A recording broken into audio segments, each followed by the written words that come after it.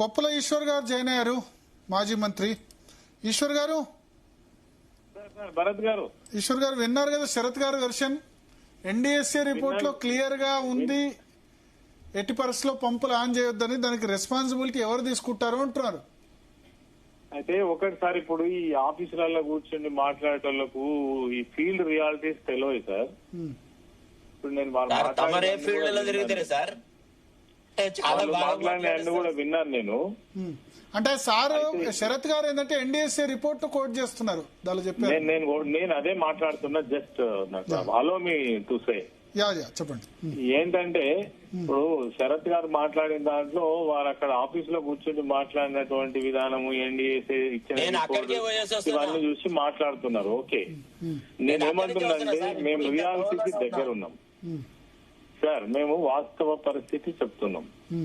ఇందాక శరత్ గారు మాట్లాడిన దాంట్లో నేను పూర్తిగా అపోజ్ చేస్తున్నా. ఎందుకంటే బాధ్యత ఎవరికి ఉండాలండి? ఈ రాష్ట్రంలో ప్రభుత్వాన్ని నడిపిస్తున్నటువంటి ప్రభుత్వానికి ఉండాలనా, ప్రతిపక్షానికి ఉండాలనా? వర్షాలు పడతలేవు, దుక్కులు దుంతలేరు, నీళ్లు లేవు, చెరువులలో నీళ్లు లేవు, రిజర్వాయర్లలో నీళ్లు లేవు. ఇలా రైతులు ఆశతో ఎదురు చూస్తుంటే బాధ్యత ఎవరికి ఉండాలి?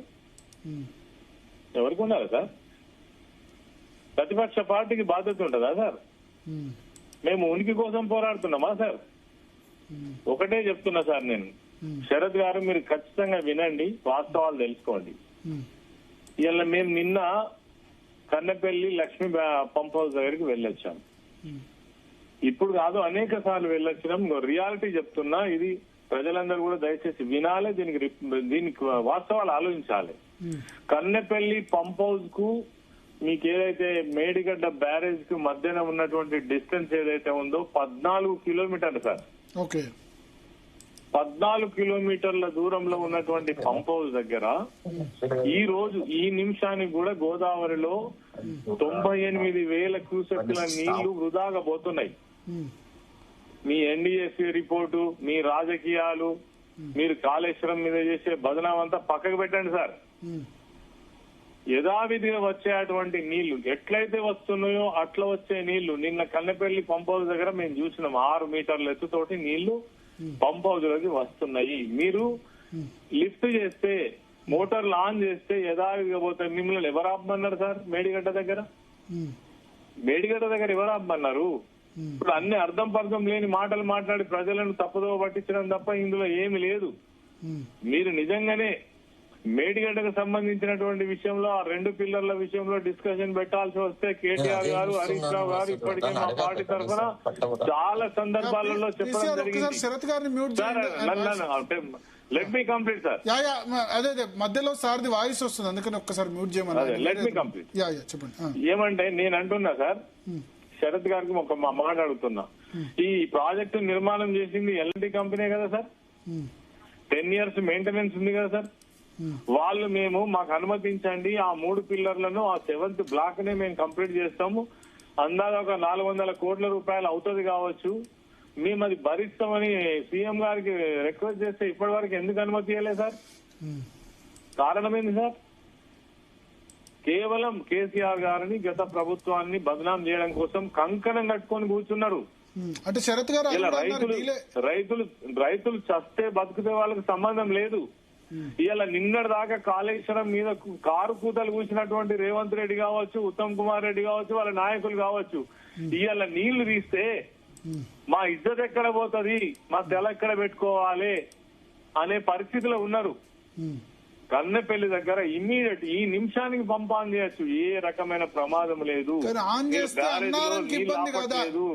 టీఎంసీల కొలది నీళ్ళు బ్యారేజ్లకు ఇబ్బంది కాదా? అది ఎట్లా వస్తున్న నీళ్లు అట్లనే పంపు చేయొచ్చు. ఇది రియాలిటీ. ఇక ఆఫీసులలో కూర్చుండి ఎక్కడెక్కడో విషయాలు మాట్లాడితే అది వాళ్ళకి తెలియదు. కావాలంటే అన్న ఏదైతే ఎన్డీఎస్ఏ రిపోర్ట్ కోట్ చేస్తున్నారు sir. Uttam Kumar Reddy NDSA report అంటున్నారు. ఎన్డీఎస్ఏ నేను ఏమంటున్నా సార్, ఒకటే, ఈ ఎన్డీఎస్ఏ రిపోర్ట్ అనేటువంటిది కేంద్ర ప్రభుత్వ ఆధీనంలో నడుస్తున్నా, ఇక్కడ బీజేపీ, కాంగ్రెస్ కలిసి ప్రభుత్వాలు నిర్వహిస్తున్నాయి. దానిలో వాస్తవం ఉంది. ఎందుకంటే నేను అడుగుతున్న క్వశ్చన్, మీకు అక్కడ ఇది మన పోలవరం దగ్గర కాపర్ బ్యారేజ్, కాపర్ డ్యామ్ కూలిపోతే అక్కడికి ఎందుకు ఎన్డీఎస్ఏ పోలేదు సార్?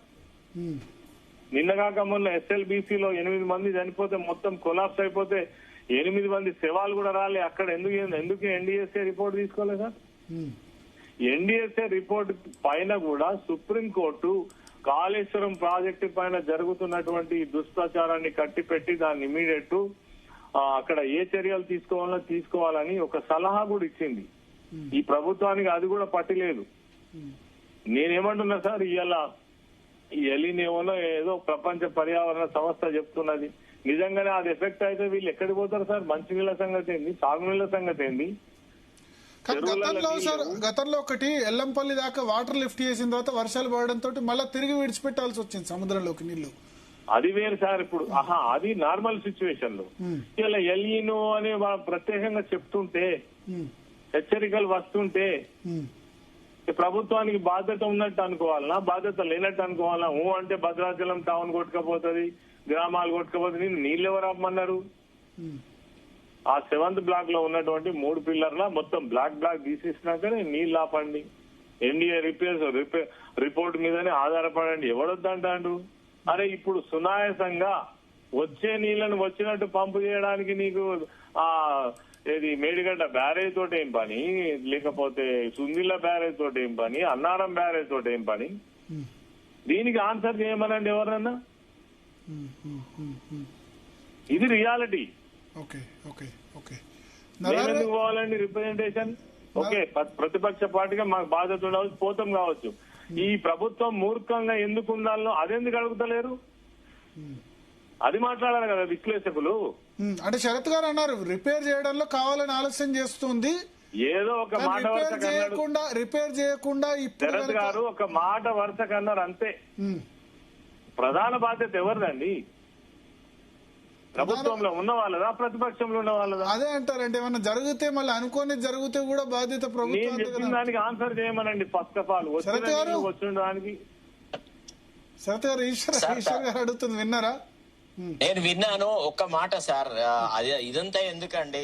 చాలా బాధ్యతగా ఇలా ప్రతిపక్షమే ఇప్పుడు వాళ్ళకు అనుకూలంగా మనం మాట్లాడడానికి వీల్లేదు. ఎందుకంటే there are 2 apex bodies which are experts in this particular field. Central water commission నుంచి గానీ లేదా ఎన్డీఎస్ఏ నుంచి గానీ there is no problem in operating in view of the extraordinary situation available in the state అని అనిపించమనండి. Then we will agree for that. అంతేగాని ఆఫీసులలో కూర్చున్నారు, ఇక్కడ కూర్చున్నారు, అక్కడ కూర్చుంటే వీళ్ళు పోయి ఒట్టిగా. దయచేసి శరత్ గారిని నేను అనేది ఏంటంటే, మీరు ఒక్క కష్టం అనుకోకుండా మీరు ప్రజల విషయాలు మాట్లాడతారు కదా, దయచేసి ఒక్కసారి మీరు కన్నెపల్లి పంప్ హౌస్ దగ్గర, లక్ష్మీ పంప్ హౌస్ దగ్గర పోయి చూసి వస్తే మీరు నేను ఈ రోజు దీనికి ఎన్డీఎస్ఏ పర్మిషన్ అవసరం లేదు సార్. వెళ్ళిపోయినాను, అక్కడ రైతులతో మాట్లాడాను. మీరు అనుకున్నట్టు లేదు సార్, మీకు ఎన్డీఎస్ఏ పర్మిషన్ దీనికి అవసరం లేదని నేను గంటా పదంగా చెప్తున్నా. మీరు నీళ్ళు ఆపుతలేరు కదా సార్. మీరు అట్లా కాదు సార్. ఈశ్వర్ గారు, you are a senior man, why don't you advise your party to lead a delegation NDSA?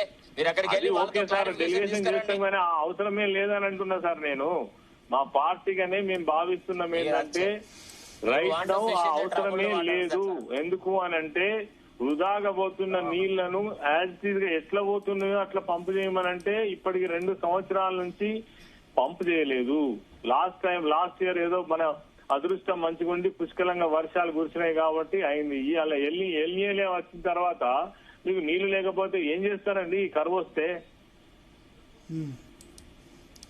ప్రభుత్వంలో ఉన్నటువంటి వాళ్ళ బాధ్యత. ఇప్పుడు ఉత్తమ్ కుమార్ రెడ్డి మాట్లాడిన మాటలే మనం కూడా మాట్లాడితే ఏం లాభం? ఒకసారి ప్రమాదం ఉన్నది. వేణుగోపాల్ రెడ్డి గారు ఎన్డీఎస్ఏ ఎందుకు పోలేదు? వేణుగోపాల్ రెడ్డి గారు ఎన్డీఎస్ఏ. శరత్ గారు ఒక్క నిమిషం. నరహరి వేణుగోపాల్ రెడ్డి గారి తర్వాత మళ్ళీ ఇస్తాను మీకు. ఒక్క నిమిషం. నరహరి వేణుగోపాల్ రెడ్డి గారు ఎన్డీఎస్ఏ పోలవరం ఎందుకు పోలేదు, ఎస్ఎల్బీసీ ఎందుకు పోలేదు, ఇక్కడ మాత్రం ఏంది అడ్డంకి? ఇప్పుడే కొద్దిసేపటి క్రితం ఈటెల రాజేందర్ గారు భారతీయ జనతా పార్టీ ఎంపీ, ఆయన ఏంటంటే లిఫ్ట్ చేయాల్సిందే, కన్నపల్లి పంప్ హౌస్ నుంచి నీళ్లు లిఫ్ట్ చేయాల్సిందే, రైతులకు ఇవ్వాల్సిందే అంటారు. మీ పార్టీ స్టాండ్ ఏంది? ఎస్ నరహరి గారు సార్, మ్యూట్ తీవండి, మ్యూట్ తీసేసి మాట్లాడండి. సార్ ఇప్పుడు నా దగ్గర ఎన్డీఎస్ఏ రిపోర్ట్ ఉన్నది, నేను ఇప్పటిదాకా మీరు మాట్లాడుతుంటే చదువుతున్నా, ఓ 5-6 పేజీలు ఉంది. అయితే నేనేమంటున్నా అంటే ఇవన్నీ పక్క టెక్నికల్ అంశాలు కానీ రాజకీయ అంశాలు పక్క పెడదాం. ఇప్పుడు వర్షాలు పడలేదు, రైతులకు ప్రాబ్లం ఉంది. ప్రాజెక్టు మొత్తం టోటల్ ప్రాజెక్టుల కింద అందరు బోర్లు వేసుకున్నారు, బావులు ఉన్నాయి. అయితే ఇప్పుడు ఇరిగేషన్ స్టార్ట్ అయ్యే టైంలో వచ్చినప్పుడు నేనేమంటున్నా, ఈ అన్నారం సుందిళ్ళ దగ్గర మనకు వీళ్ళు చెప్పిన దాంట్లో, ఎన్డీఎస్ఏ చెప్పిన దాంట్లో ఏదైతే లక్ష్మీ బ్యారేజ్ సంబంధించిన పిల్లర్స్ ఎక్కడైతే పోయినాయో సేమ్ దానిలాగానే మిగతా 2 బ్యారేజ్లలో కూడా ఇలాంటి అవకాశం ఇదే మోడల్ లో కట్టిన కాబట్టి ఉంటది. అది ఎగ్జామిన్ చేయాలన్నారు. కానీ ఇప్పుడు ఆ వచ్చిన నీళ్లను లిఫ్ట్ చేయొద్దని వాళ్ళు చెప్పలేదు. ఇది అర్థం చేసుకోవాలి. ఇప్పుడు టెక్నికల్ గా దాన్ని అడ్డం పెట్టి ఇప్పుడు ఉన్న నీళ్ళని ఎత్తిపోయకుండా పోవడం దుర్మార్గమైన పని. ఎందుకంటే నువ్వు 3 ఏళ్ళు అవుతుంది గవర్నమెంట్ వచ్చి, ఇప్పటిదాకా దాని మీద ఎందుకు యాక్షన్ తీసుకోలేదు? సరే నువ్వు చెప్పింది ఎన్డీఎస్సీ చెప్తే మరి 3 ఏళ్లలో ఏం చేసినావు? ఆ డ్యాములు పనికొస్తాయి, ఆ పనికి రావా? మరి పోయిన దాన్ని రిపేర్ చేయాలి, ఈ 2 పనికొస్తాయి రావా అని ఎన్డీఎస్సీ చెప్పిన రిపోర్ట్ ప్రకారం నువ్వన్నా తేల్చారు కదా. నువ్వు తేల్చావు, దాన్ని ఎత్తిపోయావు. ఎన్డీఎస్ అడ్డం పెట్టుకొని ఇప్పుడు కరువులో కూడా నీళ్ళు ఎత్తిపోయిపోతే ఇది పద్ధతి కాదు కదా. ఎందుకంటే ఆల్రెడీ యువతల కట్టిన బ్యారేజీలు ఉంది. ఇప్పుడు నీకు ఎల్లంపల్లి నుంచి మొదలుకుంటే ఇక్కడ వరకు హైదరాబాద్ వరకు అన్ని రకరకాల రిజర్వాయర్స్ ఉన్నాయి, కెనాల్స్ పూర్తయినాయి, పంపులు పూర్తయినాయి, అన్ని ఉన్నాయి. మరి వాటిని ఉపయోగించుకొని ఆ 2 బ్యారేజ్లలో ఎంత ఉంటే అంత పంపింగ్ చేసి ఉపయోగించుకొని ఇప్పుడు నీళ్లు తీసుకొచ్చి రిజర్వాయర్ నింపితే కాస్త ముందు నాట్లేసుకుంటే తర్వాత వర్షాలు పడితే అందుతుంది కదా. అది చేయకుండా ఇప్పుడు ఇవన్నీ మాట్లాడేది. ఎందుకని నేను అంటాను, ఇప్పుడు ఏం దానిలో నీళ్ళు ఆగంగానే ఈ బ్యారేజ్ కూలిపోయి వెళ్ళిపోతుంది. అది ఇప్పుడు ఏమన్నా ఆడ కూలినా అది కూడా టెక్నికల్ లోపాలు ఉండొచ్చు, మాత్రము ఎగ్జామిన్ చేయమని చెప్పింది. అంతేగాని ఇప్పుడు నీళ్ళు వచ్చినాక నీళ్ళు దానికి వెళ్ళిపోతాడు. నీళ్ళు వచ్చిన నీళ్ళని కొద్దిగా అంత అవసరం ఉందా ఆపి కొట్టేయచ్చు కదా. అవి కొట్టేసి రైతులు నీళ్ళు ఇచ్చినాక ఏమన్నా ఇంకో ఉంటే తర్వాత మాట్లాడాలి. కానీ ఇప్పుడు లక్ష్మీ బ్యారేజ్లో ఎవరు కూడా నింపి ఈవెన్ ఎవరు అడుగుతలేరు. అవి మీరు రిపేర్ చేయలేదు, ఏదో బడ్జెట్ అన్నారు, ఏదో పెడతానమన్నారు. అది కూడా ఆ బడ్జెట్ అలొకేషన్ సరిగ్గా కాలేదు. అది ఇంకెన్ని రోజులు పోతుందో తెలియదు. కానీ ఉత్తమ్ కుమార్ రెడ్డి గారిని ప్రెస్ మీట్ పెట్టి మాట్లాడింది అయితే సరిగా లేదు. ఏంటంటే ఆయన ఎట్టి పరిస్థితుల్లో ఎన్డీఎస్ మొత్తమే కేంద్ర ప్రభుత్వాన్ని అడగండి, ఎన్డీఎస్సీ దగ్గర క్లారిటీ తీసుకోండి. ఇప్పుడు ఒక విషయం అండి, లిఫ్ట్ చేయొచ్చు, నేను ఒక విషయం చేయొచ్చు, పంపులు ఆన్ చేయొచ్చు అని ఒక క్లారిటీ తీసుకొని అయిపోద్ది కదా. ఎన్డీఎస్ఏ లిఫ్ట్ చేయొద్దని చెప్పలేదు. ఎక్కడ ఉంటే నాకు పదం నుంచి రిపోర్ట్ ఉన్నది చదువుతున్నా. ఎన్డీఎస్ఏ నువ్వు లిఫ్ట్ చేయద్దు, అన్నారం సుందిలో లిఫ్ట్ చేయొద్దని చెప్పలేదు, నీలాపద్దం చెప్పలేదు. వాళ్ళు ఏం చెప్పారంటే అవి కూడా చెక్ చేయాలన్నది అంతే. కాబట్టి దాన్ని అడ్డం పెట్టుకొని మరి 3 ఏళ్ళ నుంచి మీరు ఏం చేస్తాను చెక్ చేయకుండా? మీరు రిపోర్ట్ ఇవ్వాలి కదా. ఇంజిన్ సంత మీ చేతుల్లో ఉంది కదా ప్రభుత్వం. ఇప్పుడు గోదావరిలో నీళ్లు వేసిపోతుంటే మనం బ్యారేజీలు కట్టుకున్న తర్వాత వాటిల్లో ఉన్న నీళ్ళని మీరు ఎత్తిపోయకుండా రాజకీయాలు అడ్డం పెట్టి ఎన్డీఎస్ని అడ్డం పెడితే ఎట్లా? పోతే పోనీ మీరు నింపండి. పోయేటి మీరు ఎన్ని రోజులు పెడతారు ఇట్లా? మరి ఇప్పుడు ఆ 2 వాళ్ళు చెప్పిండు, దాన్ని ఎన్ని రోజులు పెడతారు అట్లా? ఎన్ని రోజులు పెట్టి మీరు కాలం గడుపుతారు? అంటే మీ ప్రభుత్వం మీద కట్టిన కడతారా ఎన్డీఎస్ఏ పేరు చెప్పి? మీరు దాని మీద ఏం యాక్షన్ తీసుకున్నారు ఇప్పటి వరకు? మరి అట్లాంటప్పుడు మీరు యాక్షన్ తీసుకోరు, ఎన్డీఎస్ఏ పేరు చెప్పి ఆపేస్తారు. ఎన్ని రోజులు ఆపుతారు అట్లా? అంటే ఇక పర్మనెంట్ ఆపుతారా? మళ్ళీ మీ గవర్నమెంట్ ఉన్నారో ఇక నీళ్ళు రావన్నట్టేనా? ఇక అది ఎప్పటికీ ఎన్డీఎస్ఏ రిపోర్ట్ అడ్డం పెట్టే మీరు ఎత్తిపోయకుండా డ్రామాలు చెప్తారా కాంగ్రెస్ పార్టీ? ఇది చాలా టూ మచ్ ఉన్నది వాళ్ళది. నేను ఏమంటున్నా అంటే నువ్వు ఎత్తిపోయి పోతే అంటే పోతే పోయినప్పుడు కదా టెక్నాలజీ బదనామేది. అంటే ప్రాబ్లం గ్రామాలు కొట్టుకపోతే లక్ష్మీ బ్యారేజ్ పోతే ఇప్పుడు గ్రామాలు పోయినాయా? బ్యారేజ్ అంత పోయా అంత ఏముండదు దాంట్లో. కుంగిపోయింది కదా, బ్యారేజ్ పోలే కదా, కుంగిపోయింది. బట్ ఇవి కూడా కుంగిపోతాయండి, తెగిపోదు. ఆయన చెప్పింది అదే, ఇవి కూడా కుంగిపోతే ఒకటి 2 పిల్లలు పోతాయి. అడుగుదా మనకు అక్కడ ఒక్క నిమిషం నా ఇంత కంప్లీట్ చేయండి. నేనేమన్నానే, లక్ష్మీ బ్యారేజ్ కుంగిపోయింది కదా, 2, 3 పిల్లలు ఎన్నో కుంగిపోయినా అన్నారు కదా. కుంగిపోయినా అన్న దాన్ని ఇప్పటికైతే మీరు ఏం చేయలేదు కదా. మిగతా 2 ఎన్ని రోజులు అడ్డం పెడతారు? ఈ ఎన్డీఎస్ఏని అడ్డం పెట్టి ఎన్ని రోజులు ఇట్లా నడిపిస్తారని నేను అంటాను. నీ ప్రోగ్రెస్ ఏందని అడుగుతాను. ఆ ప్రాజెక్ట్ మీద వాళ్ళు తప్పు చేసిండండి, నువ్వు సరి చేసింది ఏంది? అదే ఇప్పుడు నువ్వు అన్నావు నింపి ఇచ్చినప్పుడు పోయింది అనుకో, పోతే అప్పుడు కట్టిన బదనాం అవుతారు కదా. నువ్వు కట్టిన లక్ష్మీ బ్యారేజ్లో కుంగిపోయిన వాటి మీద ఇప్పటివరకు నువ్వు తీసుకున్న చర్య ఏంటి? ఫస్ట్ సిబిఐ అంటే వద్దన్నావు, అందరు వద్దన్నావు, కమిషన్ వేసినావు. ఆ కమిషన్ ఇచ్చిన తర్వాత కోర్టుకు పోయినావు, అసెంబ్లీలో పెట్టినావు, అన్ని చేసినావు. అన్ని అయిపోయినాక మళ్ళీ సిబిఐ అప్పుడు లాస్ట్ మే ఇవ్వనప్పుడు లేకుండా లాస్ట్కి ఇచ్చి మీరేం చేస్తారంటే మా మీద.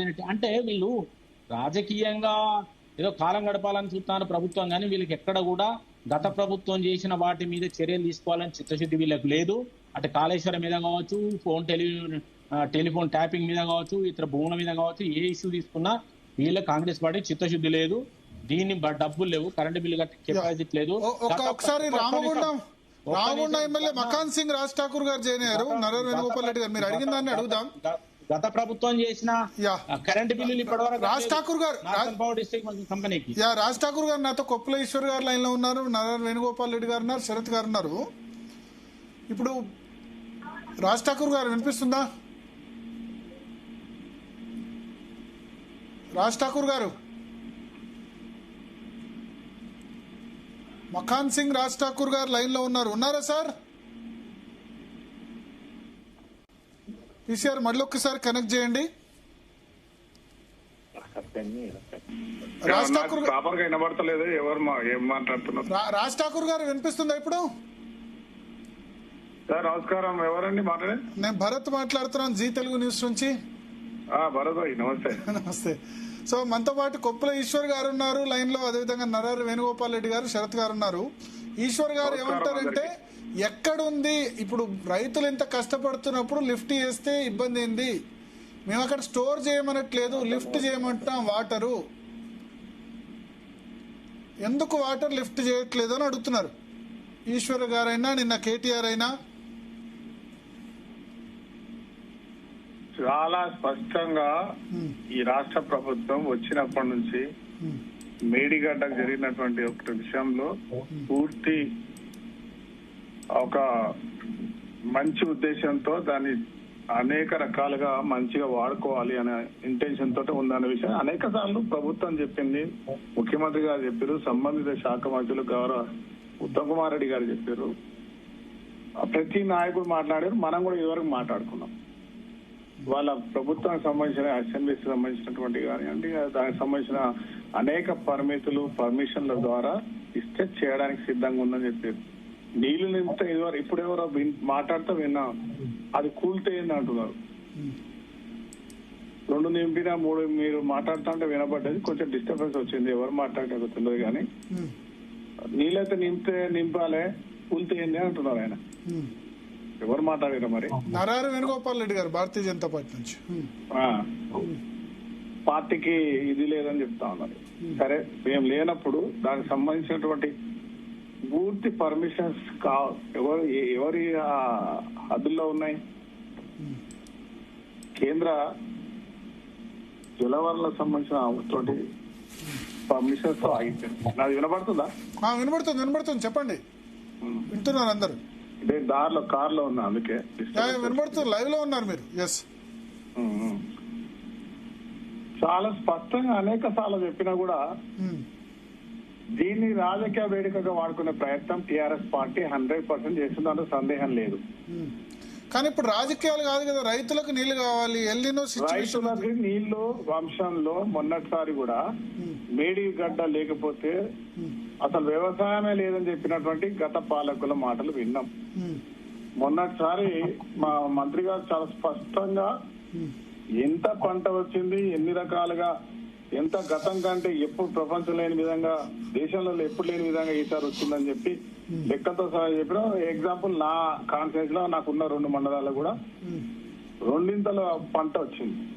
నీళ్ల సమస్య ఎక్కడా రాలేదు. అలా చెప్పి మేడిగడ్డ మేము వాడుకోవద్దు, మేడిగడ్డ అంత 1,00,000 కోట్లతో సుమారుగా కట్టినప్పుడు దాని